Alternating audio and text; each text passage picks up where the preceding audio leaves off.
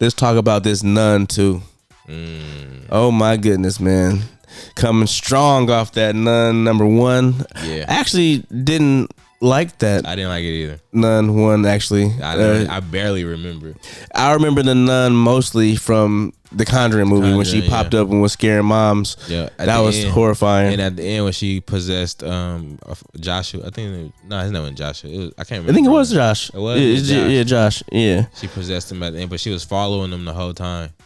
So I wonder if that means. Oh wait, I don't want to spoil it. Yeah, no, we'll come back. Yeah. When that, there is a post-credit scene to this movie, so make sure y'all stay for the post-credit scene. But yeah, this is starring what's my girl name? Tasha Farmiga as Sister Irene and Storm Reed as Deborah. And of course, Bonnie and Aarons comes back as the nun. Now, this is what I wanted to bring up earlier. Did you hear about Bonnie Aarons, the person that lady that actually plays the nun? First of all, she looks just like it, which is horrifying. That's yes, crazy. Yeah, but she was suing Universal, I believe, because she wasn't getting her full ends when it came to like merchandise. So all like the nun clothing or toys, she wasn't getting no parts of that. So was she signed up for a percentage of that, or she? Just I think they breached contract or something like that as far as that is concerned. That's shady. You about to catch a bag. Yeah, and plus she was in this one, so I mean, I think they already settled out. Okay. Gotta get that Scarlett Johansson back. Yeah, but Scarlett, excuse me. Scocho. Yeah. So yeah, this is following Sister Irene and Sister Deborah as they try to track down the nun because she has returned and she has been making her way to this specific area to acquire something. Yeah. And they have to stop her before she do. Yeah. And I'll go ahead and say this. I did not know this movie was rated R going in, because I thought it was going to be like PG-13, like how Insidious was. This is rated R. Yeah. For sure. Yeah. And I was pleased, because I always get mad when you got like possession or ghost movies and nobody really die. People died. So I was like, oh shit. And the director, Michael Chavis, I'm gonna have to give it to him on this one, because it was the way he did the jump scares wasn't typical, and they were worth it. I'll say that. And that was crazy, bro. It was, first of all, I think we said this last time, but we saw it in the Dolby. Yeah. The loudest theater you can go to. I think that helps a lot. It does. But at the same time, it was on point. Like that shit was coming out of nowhere, and I was genuinely like scared, like, oh shit. Yeah. And it was a couple of scenes. Anytime a horror movie or like a demon possession movie deals with goats, oh man, bruh, why are goats so scary? I'm gonna leave it at that. I don't do no spoilers, but it's the way he directed that. Yeah. Like, it's a lot of flashlight scenes when the use of flashlights is perfect. Like, oh my god, bruh. Yeah. And this nun was terrorizing the main little girl in this movie called Sophie. Yeah. Oh my god. Right. Bruh. But she was going hard. I remember when we was watching it, we was saying like, because they just kept bringing in a lot of characters and stuff. We was like, why are they doing this? He completely brought that full circle, and it finished off like really good. Everything made sense. Everything was connected. Yeah. If something got mentioned, it was a reason why it got mentioned. Facts. This was leagues better than The Nun 1. And I think James Wan was also, I think he's been a producer on anything revolving around the Conjuring movies. Yeah. I seen his name. He produced this one too. And it seems like he probably had like a bigger influence on this one, or bruh just really got the formula down as far as The Nun. Yeah, it was really well directed. Very well. Like, and also it was in where was it? It was Greece? France. France. Yeah. And like usually we like to see like a lot of picturesque, like a lot of like large scale scenes of France or wherever it was. This movie, they didn't do that, but it made it feel really like claustrophobic. Like you was in there. Yeah, nah. There was no way out. The sets was perfect. Yeah. It was a school setting and a bunch of different churches. And this is technically a period piece, man. So they did their thing. This looked real authentic. Yeah. Sister Irene, she returns. Great performer, great actor. I haven't seen her in too many things. I can only think of her playing in The Nun. I'm confused. I'm gonna look it up after this, but I don't know if she's supposed to be. Does she end up becoming a wife of? She's not, because remember the nun popped up on the Warren wife in the movie. She was like coming to get her, but was she originally like? Does she play like the younger girl? No, right? Ooh, wait, who? From the Conjuring movies, the wife, because the husband and wife. I don't think so. I don't think so. Okay, because they kind of look similar. So I'm like, because could be though. I don't know. I don't know. All right, if it is, I'll put their picture side by side, because I wouldn't be surprised she plays a younger version of her, because it has to be a connection on why the nun comes to mess with Josh in his wife. You know what I'm saying? So, but he was with Josh when he was a little kid too, though. Remember? No, that's not the nun. That was the bride. Yeah, oh my god, the bride. Yeah, Jesus Christ, bride. Yeah, that's even more terrifying. Yeah, that's Conjuring though, right? That's not Insidious, or was that Insidious? That's Conjuring, I think. Okay, all right. Also with this movie, it's in France. So, and then whenever it's a movie that's like in like a different country where they don't speak English, it's always like weird when they like not speaking their native language. But in this movie, they had a read, because what's her name? You said her name was Stormy. Stormy Reed, Deborah. The girl that was in Euphoria. Yep, the sister, the younger sister, right? Yep. Okay, she plays a sister or a nun in this one. Yeah. So that's like, it makes sense because her backstory. Yeah, she's from like Mississippi or something. Yeah, she got a cool little backstory. Yeah. I was surprised on what they did with her. I won't say what they did, but I was surprised on, her throughout the movie. Yeah, her role in the movie was like, it was very, I don't know the word to use, but it was necessary. I'll say that. Yeah, she did her thing. She, I mean, obviously they could have had. I ain't gonna spoil it. Yeah, but it was necessary in the sense of why. To me, it was more necessary in the sense of why they had to speak English the whole movie. Yeah. Bonnie Aarons as the nun. I don't think there's anybody else that could play the nun.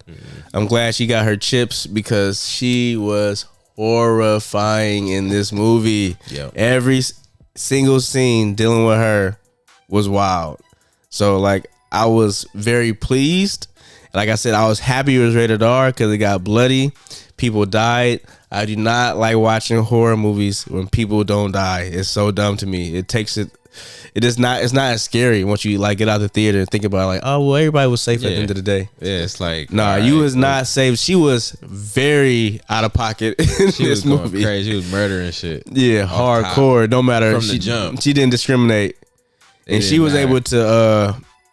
She was on her Superman Flash as far as being in two places at once. She was way too fast. I'll say that.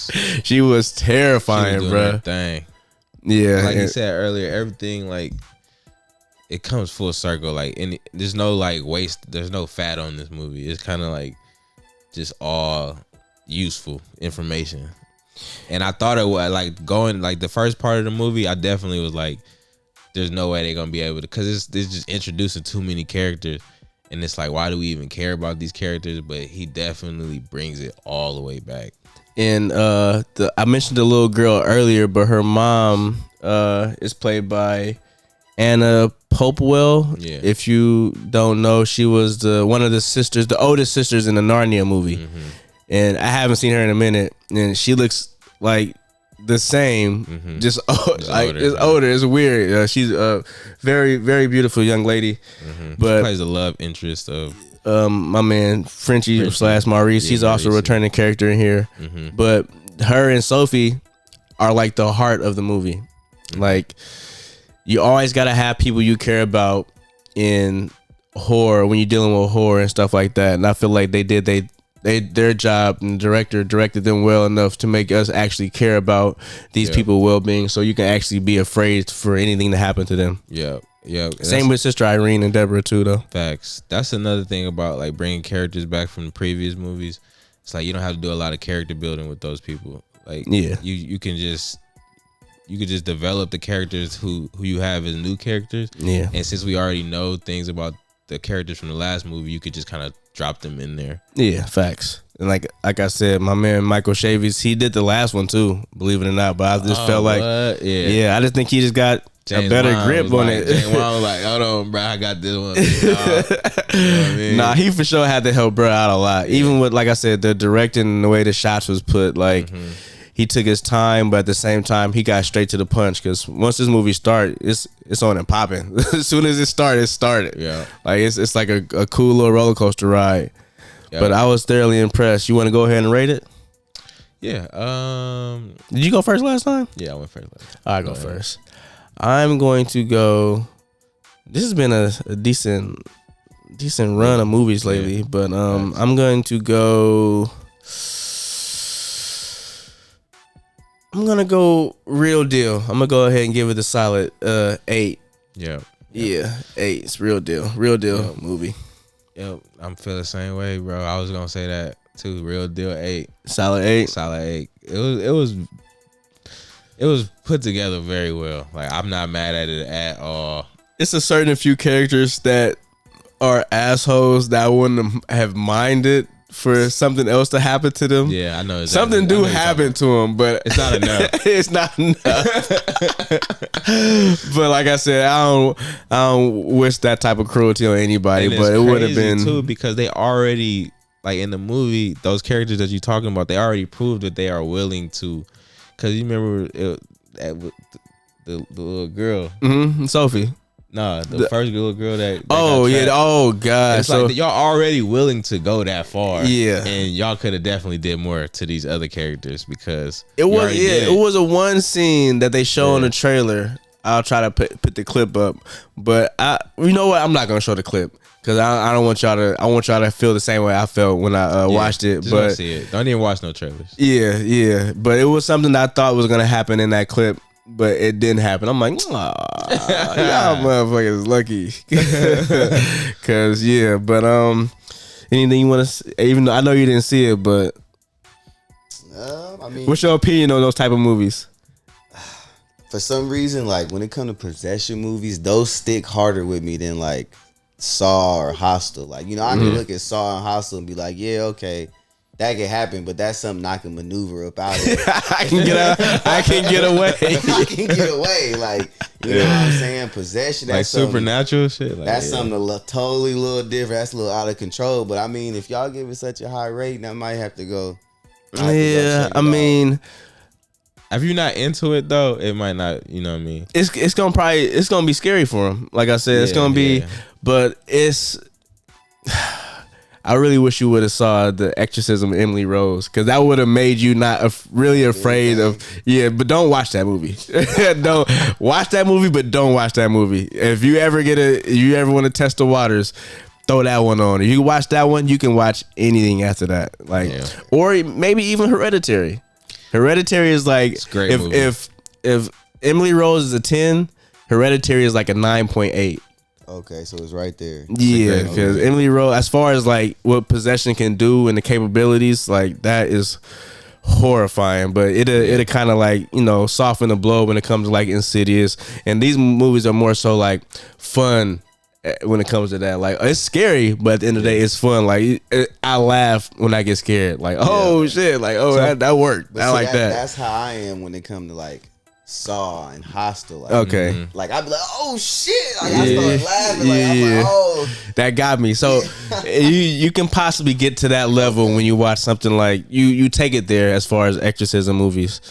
But yeah, you got to go all the way, like Emily Rose or Hereditary. Paranormal Activities, like them used to be funny to me. Yeah, that's not. Until they started going into symbols and Oh, the first couple ones is like the cabinet opening, the door closing. Those like, movies they don't really get me like that. I got you. But as it started getting over, like people really started getting like real deal possessed. They started having seances. Yeah. You know what I'm saying? They kind of started more than just putting their toe in the water. They was jumping all the way. Yeah, more fantastical. You know what I'm saying? It kind of moved away from like the jump scare funny, like, oh, that was a good one. It got too much lore for you. Yeah. Making your mind think. I think some of the best movies are the ones where they kind of let your mind kind of like create, like finish it. You know what I mean? Where they don't put everything out there. Like your mind kind of creates a little bit of the lore. Yeah.